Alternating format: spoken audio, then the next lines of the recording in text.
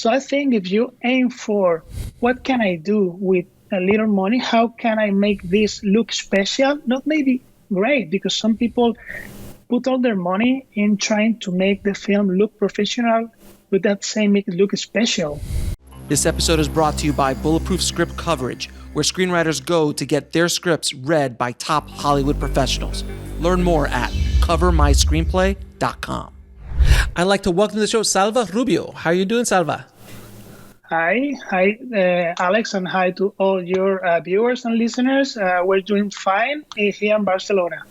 Very cool. And that's why I always love technology. I mean, we're literally across the world from each other, and we're still able to do this. It's still, I don't take it for granted. I'm old enough to know when this was not a thing. Yeah, well, there's an apocalypse going on outside, so let's just hope that there is not a solar storm or something like that would wipe everything. But 2020 has been crazy so far, so why not? Alien invasion and zombies, alien. I'd say zombies, alien invasion, mole people. Mole people haven't risen up from the bottom yet, from the core of the of the planet to take over. Atlantis hasn't risen. I mean, there's a few things that are yet to be done, but we still have 2 months. Well, we have a couple of months, and 2020 so far has been exciting, but maybe it needs to go with a bang. But the real bang, Oh, no excitement. Oh, please. We've had enough excitement this year to last us a decade, if not two. But we're here to talk about Save the Cat and your book, Save the Cat Goes Indie. And I wanted to bring you on the show because we've had people on the show before to talk about Blake's world with Save the Cat, his groundbreaking work. But I wanted to bring you on because of the indie aspect of it, because a lot of my listeners are indie filmmakers. So before we get going on that, how did you get involved with Save the Cat? Sure. Well, I mean, it all starts like in 2004 or so. I finished my university degree, which here is licenciatura, and then I decided that I wanted to work in film somehow, and I found a job in a production company which also has it was a half production, also distribution, also exhibition. It was like the most important indie production company, distribution company, and so on in Spain. So I started reading scripts, just like so many people. The lucky thing about my job is that I could read a lot of big names scripts. I mean, it wasn't just like spec scripts, like people trying to get into the industry. We had a share of that, but all of a sudden I had a David Cronenberg screenplay, or maybe a Michael Haneke screenplay, or maybe a Danny Boyle screenplay, because they were. In Europe, it's very common to show your screenplay around before the film is done, so that you can start getting money, because you, as a foreign production company, you can get European money, but it has to be done in advance. And it was a funny thing because I was reading these screenplays and wondering how the resulting film could be. But then a couple of years later, I would see that film on the cinemas, in the theaters, and I would be, like, wow, from that screenplay to that movie, there's such a big distance, but in visual terms, the screenplay was there. And that got me thinking, like, wow, so the screenplay can be a classic thing, and then the film can be an avant-garde thing. And I think it was in 2000, maybe 7, because I have a very bad memory. But Blake Snyder came to Spain, actually. He had a gig in London, I think, and he went through Barcelona. And I was lucky enough to be there with him, to meet him, and to take his seminar. And that changed my whole view, because I realized that I was an aspiring writer, and I realized there was a method, there was a guideline, there was something that could help me in my learning.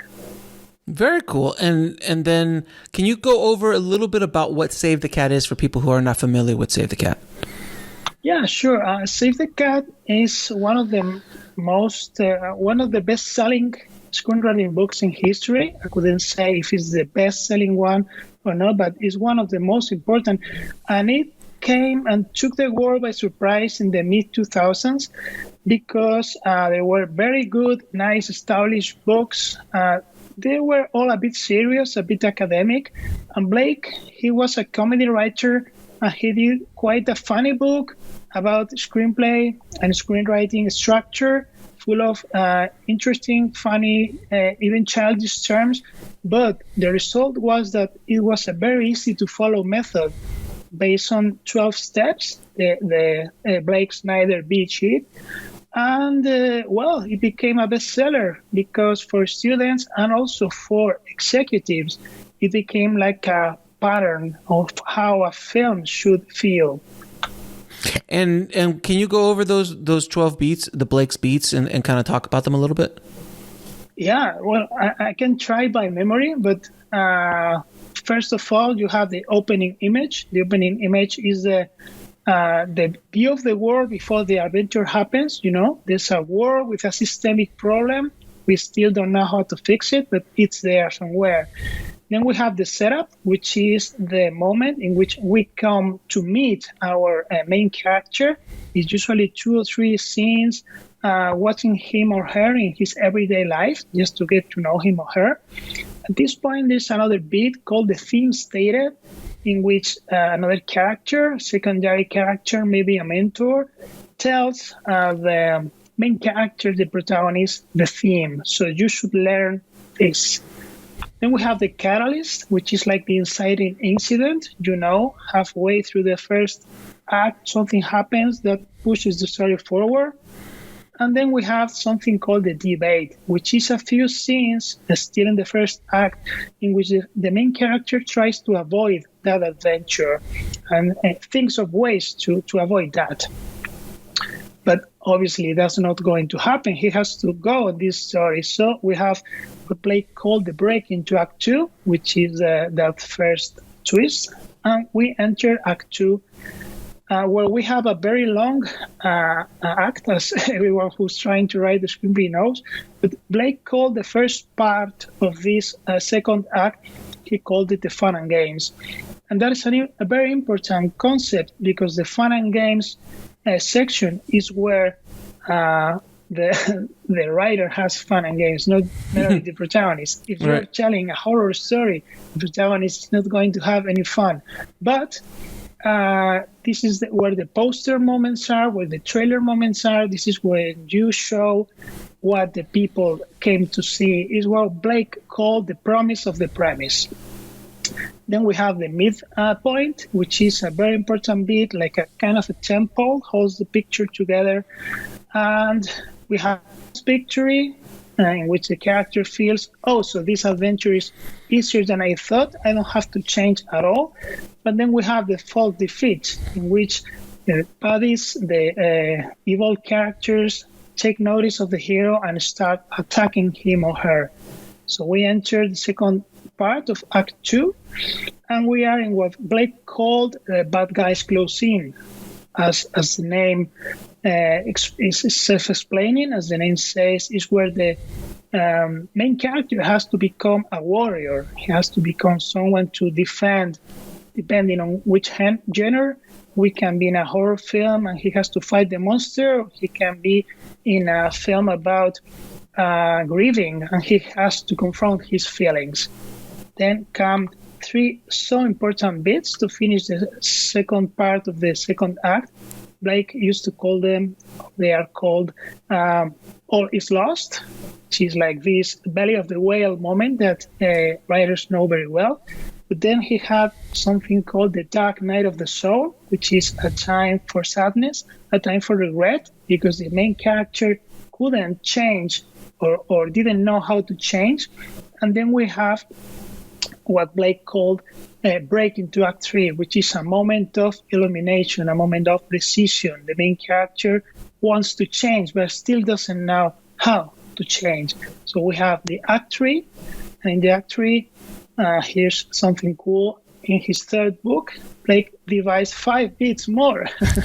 which I can say, so they are not actually 12, but we can say they're actually 17. So in Act 3, we have the preparation where people, main characters and heroes prepare for the duel. Then the duel starts. Then at the middle of the duel, there's going to be a reversal, something that I like to call the "it's a trap" moment. And then we have the duel per se, antagonist and protagonist, they fight each other, and the protagonist has some sort of final illumination, like Luke Skywalker hearing Obi-Wan say, use the Force. And then, usually the bad guy is defeated, and then we have the final image in which we use as a mirror. We have the opening image and the closing image, and those should be different. We should see that something has changed in that universe. Whoa. That was amazing, Salva. Thank you. Yes, that was that off the top of your head. I don't know what you're talking about. You don't have good memory. Well, I'm a teacher also, so I guess it's kind of in my head, but I wasn't sure if I could pull it off, but well, it happened. It's hard. It's hardwired. It's hardwired in. Now you've seen a lot of, I'm assuming from writing your book, you did a tremendous amount of research, watching a ton of independent films. What is the biggest mistake you see in independent film? That's an interesting question. I mean, independent film, as you know, is a universe, a different universe per se. And okay, my biggest insight is this. People usually say that there are two kinds of screenplays. First, the literary screenplay, so to speak, and then the technical screenplay. One is more like, for the screenwriter, and the other one is for the director. And I don't believe that. I think you need a sales screenplay and a shooting script. Right. And those are different because many people try to write the film of their dreams, but it's sometimes so different, so weird, so intense, or so unapproachable. Unmarketable. Marketable, yeah, that's the word. So investors and other kind of people who must like it, they become scared. So I would say give us a good screenplay, clear, that I can visualize, that feels classic, that doesn't feel like too innovative, that doesn't feel like too strange or weird. And then at some point, during the development process, speaking with people with the money in your pocket, then you can realize your vision. Okay. Now, can we go over? I want to go over a couple of the genres that you kind of spoke about in your book, which I love the names of these. So and how Save a Cat approaches these specific genres. So, monster in the house. Yeah. Well, let me start by saying that the genres are really useful. I mean, these are an invention. Blake sort of invented them. Is what we could call universal storylines, and every story fits one of them. So they are like a kind of short talk to understand each other. I mean, normal genres are like westerns, which are movies with cowboys usually, or horror movies with a monster or so. But sometimes you have a western and there's a guy with a hat, but it can be a horror story. Mm-hmm. It can be a comedy. It can be, it's a problem because traditional genres don't tell you the story. They just speak about the aesthetics. Mm-hmm. And that is a problem when you need someone to picture in their mind your screenplay. So the Blake Snyder genres, they tell the story. So Monster in the House, for example, is usually horror. Not always horror, but it's usually horror. And what is cool about the genres is that Blake realized that for these genres to work, you need a few elements. And if those elements are not there, well, it's going to feel incomplete, So, for example, Monster in the House, as the name says, you have a monster, you need a supernatural creature, you need a house, you need people locked inside a place. You need maybe a mansion, maybe a hospital, or maybe a country like in 20 days later. Yeah, 28 days later, yeah. London. Yeah, 20 right. days later. Yeah. So then you need a couple things more. Like, for example, you need a scene. People need to deserve what is happening to them. And then you have enough elements for a pitch. You can refer to horror as a well-known genre that can help people understand your film, but still you can throw in the elements that are going to make that story original. Like, I don't know, you're writing a slasher film.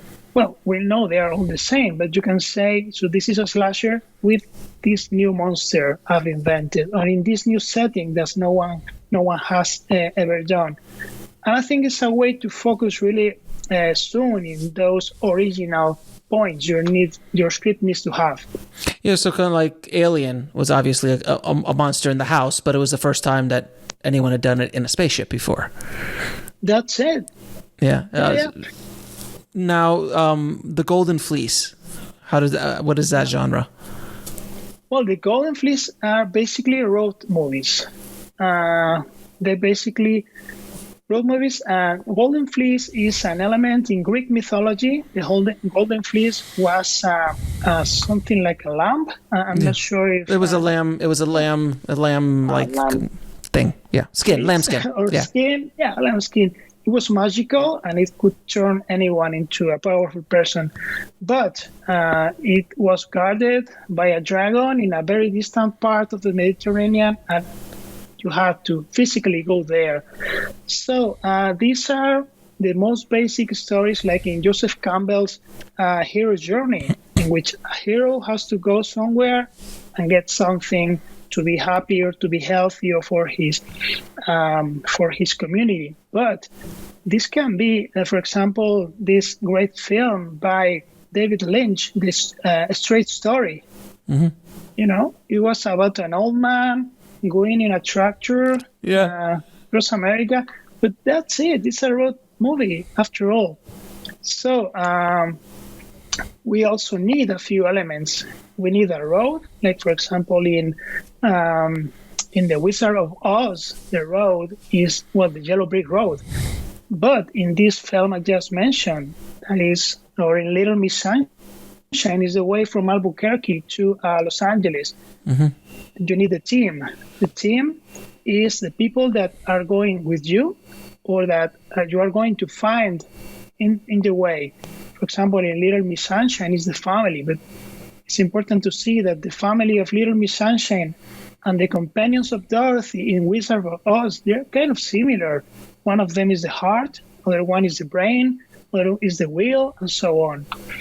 And the funny thing about this genre is that you need what Blake called a road apple at the end. You need some sort of disillusionment or a deception at the end. Every character that arrives to the end of that physical journey will find bad news. Will find that which they were looking for, like for example, the Wizard of Oz, I want to go home. Well, you realize that the Wizard of Oz is a fraud.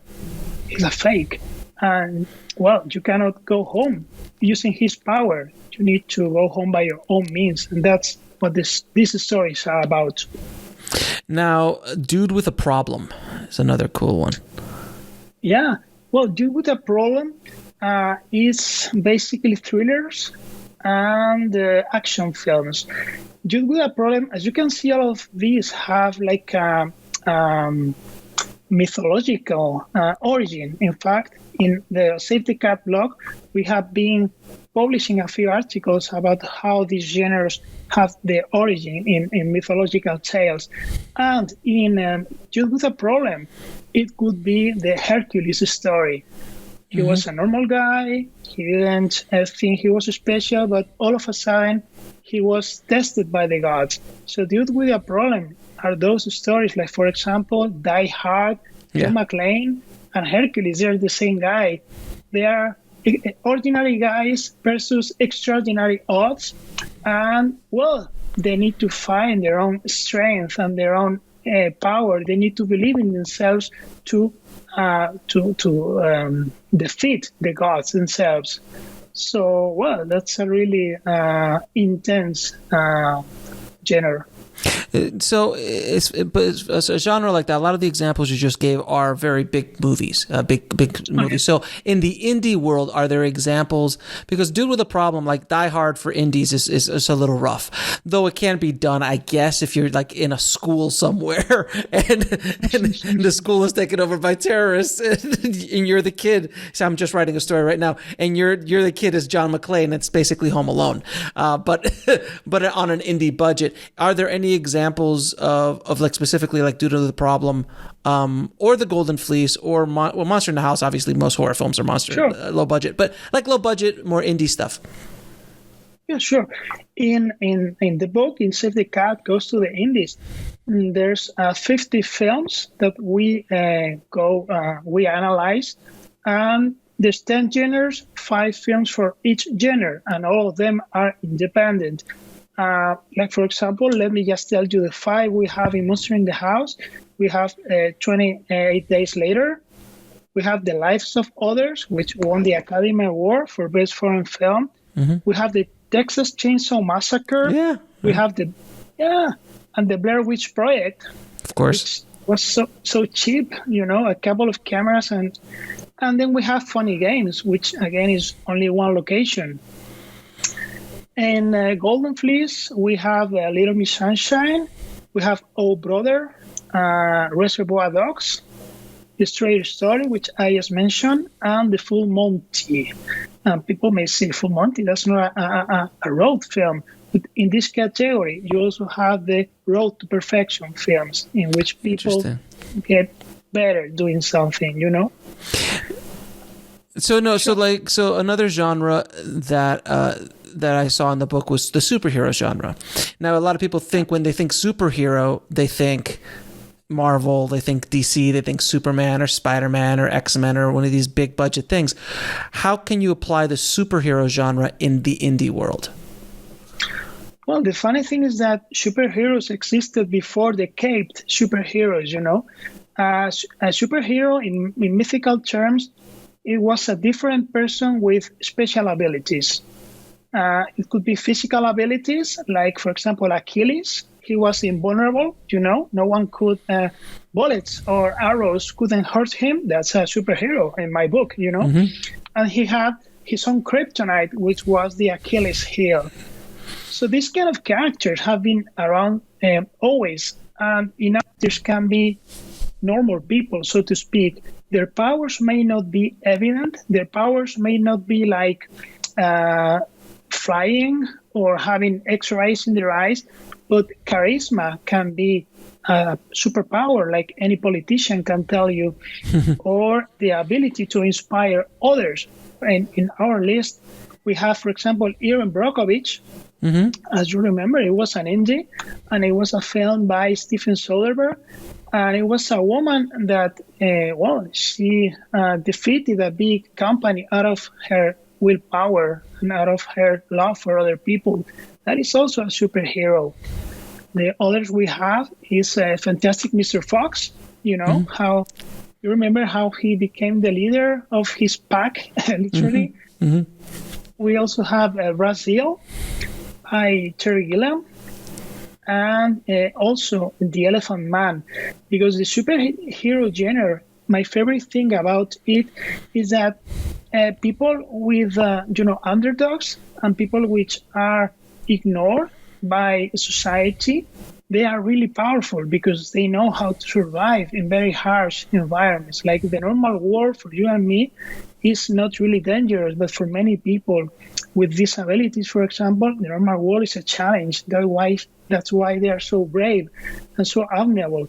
That's why we have the Elephant Man, and we have a proper comic book superhero in this list, which also was an indie.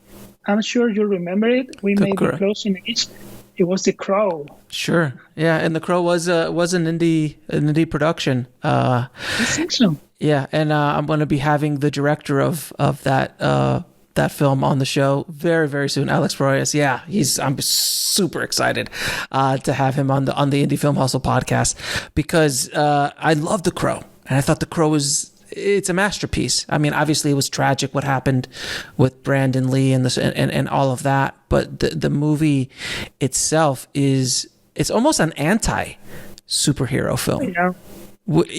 I mean, the comic book was great. I mean, if you can read it, it's great. But also, the people that are hearing you, they won't realize, but the people that are watching this, they will realize I'm a metalhead.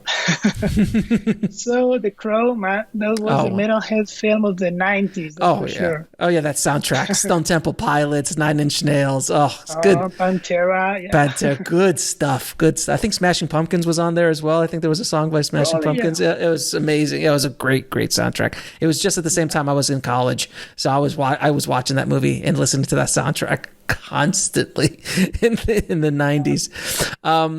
But yeah, and then like thinking about superhero as well, like someone like Sherlock Holmes, he has a superhero power, which is his intellect. So a lot of times the superhero genre, even in the indie world, can be someone who's just smarter than everybody else, or has this, like, he's excellent at a specific thing that nobody else is. They are high achievers, or their abilities in one area is so far beyond everybody else that that's considered a superhero, correct? Correct. Also because most superheroes at some point are rejected by society. I mean, the lesson in the classic superhero, and I'm talking about myth especially, the lesson is that many of them will be rejected because they are too powerful, or because people are envious of their power, or because they inspire people, so they are dangerous. I mean, like, for example, a film like Malcolm X or Gandhi, or films about Che Guevara, those are films about political leaders, but they can be told as a superhero story because they have that power, which is inspiring people and leading them to freedom. And that is dangerous for the bad guys. Or the establishment, if it goes against the establishment. That's a great. I never thought about Gandhi and Malcolm X as superheroes, but I guess that is a broad definition of what a superhero is, which is anybody who has an ability that nobody else has, and makes them special. Hence, superhero. Yeah. Another genre I loved, and I'd love to hear your take on it, is When the Fool Triumphs, which is a great indie. It could be a great indie genre. Yeah, it's great indie material. I mean, The Fool Triumphant is another story that has its roots in the mythical past, but it's good material, especially for comedy, because The Fool Triumphant is basically the story of the village fool. I think that's also the name in English, and it's about a character, that underdog, which everyone just ignores because, okay, he is silly, or he doesn't see the world as the rest of the people, or, well, I mean, he just looks or feels like a fool. But I love this genre because, most genres start with most stories start with a character which needs to change. They need a transformation. So some of them start being like a bit, let's say, wrong or bad, a bit stupid, a bit evil, whatever. They have a flaw, and they need to overcome that flaw. But fools in films, fools are mostly well-meant, and they are mostly good people. So they cannot just have a normal arc like other characters. That could imply for them to become worse. So in this genre, the kind of change we're aiming for is adaptation. They need to adapt to that world without losing their inner light, without losing that which makes them nice and special. So, like, Forrest Gump is a good example of that. Like, Forrest Gump doesn't change, but he adapts from when he's a boy all the way to the end, being a multi-millionaire ex-Vietnam vet, Medal of Honor winner, and all the other amazing things that happens to that character. But he does adapt to the world, but he never changes. He doesn't get harsher. He doesn't change his inner light. Can you give us a couple of examples of indies in that genre? Sure. I need to say also that the book is called Save the Cat Goes to the Indies, and it also includes European films, which are technically indies, and auteur films in general. So that's why in this category we have, for example, The King's Speech, Which was a European. No, it wasn't a European movie, was it? Yeah. It was British, I think. Yeah, but it was independent is a loose term with that because it won the Oscar and it looked fantastic. Do you mean that it won? Yeah, it won an Oscar, but I think production-wise, I mean, we were very careful. I don't remember the details, but I think we were very careful to select films that would fit independent. Okay. Otherwise, well, considering it's not a studio project to say the least, and it's definitely an indie story to say the least, because that's not something a studio would pick up. They might pick it up for distribution after it's made, and I think that's what happened with King's Speech. Do you have some other examples? Yeah, sure. For example, Life is Beautiful, which also won an Academy Award. Sure. It's an Italian film. And also there was a film that made huge waves in the past, but it's been like sort of forgotten, but it's a great film. It's called The Artist. Oh yeah, the one that won the Oscar. Yeah, they all won the Oscar. The Artist was that black and white film about sound film and silent film and how a character had to adapt. And we have a couple more. We have Boogie Nights, which is this the fool in the porn industry in the 70s by Paul Thomas Anderson. It was a terrific film. And we have a special category for our last film, which is The Dark Fool. It's people which are playing fool, but they want to take advantage of others, and that is Match Point. Oh, by Woody Allen. Yeah, and that's the Dark Fool is interesting concept as well. There's so many different, and in the book you go through all these different movie examples, which are great. So you really can kind of connect the genre with actual films that you can kind of start applying to in your scripts. Which brings me to my next question. When a screenwriter is working on a screenplay, specifically aiming it at an independent film market, should they be thinking about budget? Should they be thinking about how it's going to get produced, or should they just kind of go wild? I think if it's your first film, you should have the budget into consideration, obviously, because they will trust you if you can make a cheap film and it works and it looks great. It says that you are a good general in this fight, in this battle. It says that with very few elements, you can make a worthy thing.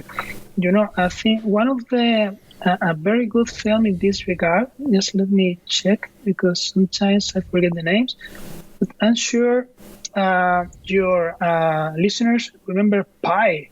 Yeah. The first film of Darren Aronofsky, which was grainy and dark, and it was so cheap, but that made it so special. There's no film alike.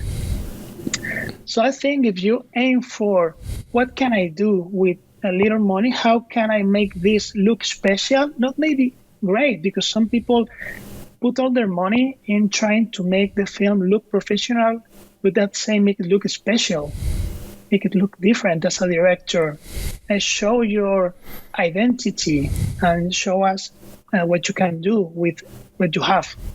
But also, I think that takes a level of not only bravery, but also of someone who's extremely comfortable in their own skin.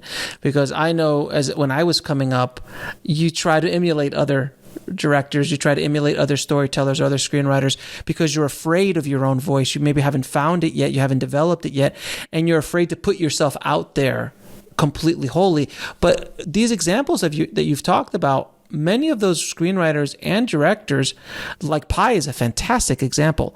He was a young director and just came out and did exactly what he wanted in a very, there's still no film that looks like Pi. Pi was this grainy black and white 16 millimeter, high kinetic energy, wonderful story, mysticism in it. It was an amazing introductory film. But you could just see the bravery in it. I mean, Reservoir Dogs obviously is a great example of that as well. I mean, look at Tarantino and his writing and how he shot it and what he did. It's remarkable. But I think you do need to have a sense of comfortability as an artist. And I think that goes for any artist, right? In any genre, in any craft, whether it's musician, whether it's art, painting, writing. Yeah, I mean, sometimes there's a temptation to say, well, maybe if I don't do what I like and I do what they like, maybe I can have a shot at it. But, I think life is very short. And sometimes you don't get many chances. So I would be happier with shooting the film I like and I can be proud of, and I can show my family and I can say to my friends, this is the story I've been meaning to tell for all this time.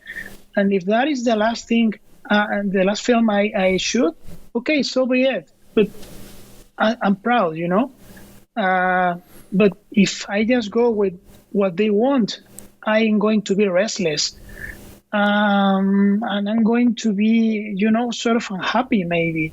So some people don't have the choice, and some people do good, they shoot something they are hired to shoot, and then they go on to make their own stuff, and that is great also. But if I had to choose, I would always choose, I'll do what I want, and then I'll see what they want. Exactly. And it's a difficult path, regardless. As a screenwriter, as a director, especially in the indie space, do you have any advice on getting your screenplay, your independent film screenplay, produced? Anything that you can kind of put in there, or presentation, or whatever? Anything that you could do as a writer to help you have a better shot of actually getting produced? Well, I mean, the world right now, as we were saying, the world is crazy, but it's crazy in a good sense. I grew up professionally reading all these screenwriting books from the 70s and the 80s and the 90s, and they all said the same thing. Write your script in this way, and then you print it, and then there's a 3-punch thing, and then you send it with an introduction, and that is out. I mean, that is not valid anymore. So we are writing history. We are finding new ways to do it. So I always say, if you have a mobile phone in your pocket, shoot the damn film tomorrow. Get your friends and do it, and then show it in YouTube or whatever. Because for me right now, the difference is not making that big film that will put you on the map. Is making a ton of films, short films, episodes, ads, whatever. Get into the industry, have friends that will help you with your films, and you will help them with their films, and then this guy knows one guy, and then he puts you in touch, and things happen outside your room, and things happen outside home, and you need to meet as many people as you can and help them as much as you can. And I think that the gears start moving, and then at some point you have a chance. But if you try to do everything by yourself, well, that's going to be difficult.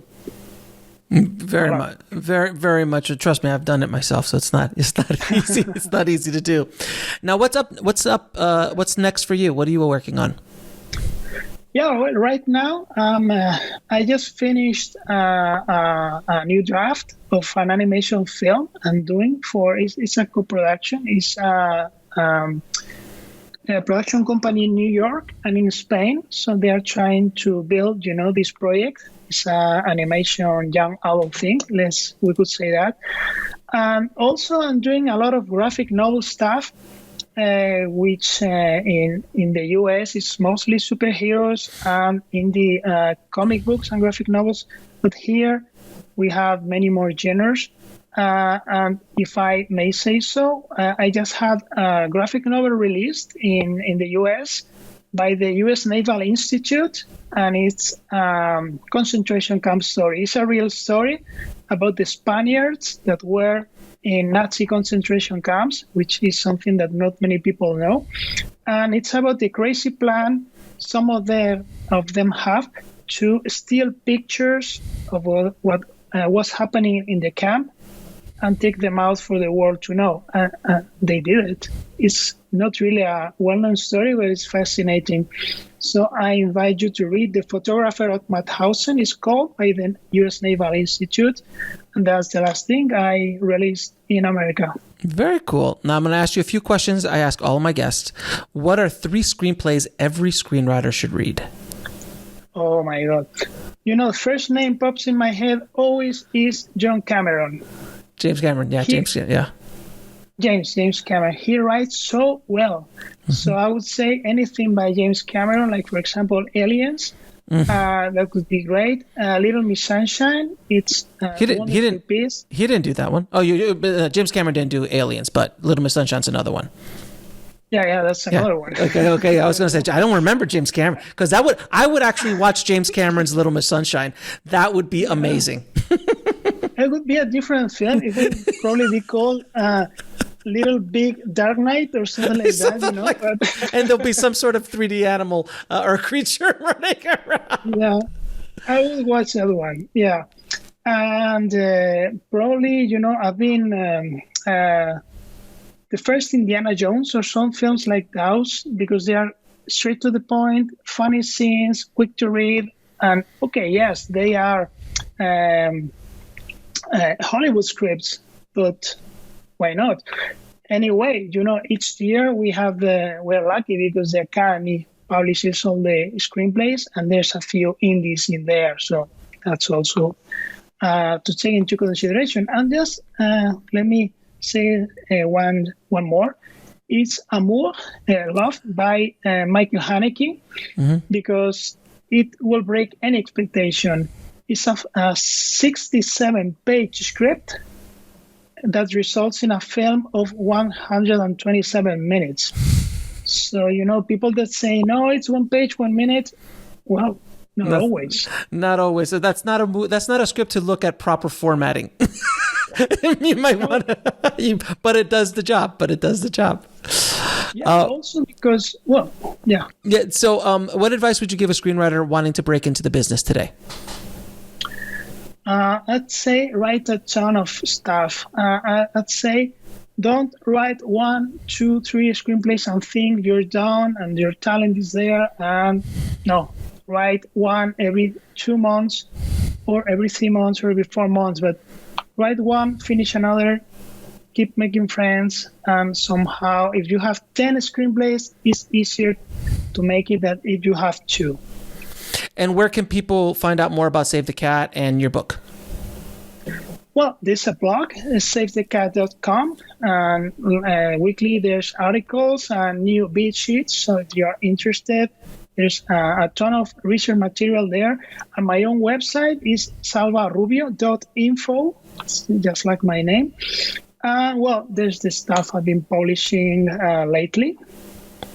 Very cool. Salva, man, thank you so much for coming on the show. It was wonderful talking indie Save the Cat. I'm a fan of Save the Cat. I talk to everybody, and I talk to all the different kinds of story systems, and I just find that they all are going to the same place. We're all trying to tell good stories at the end of the day. So I do appreciate you coming on, man, and sharing your knowledge with us. Thank you so much, Alex, and thanks for everyone for listening. And, don't give up. Keep writing, keep shooting. You'll make it.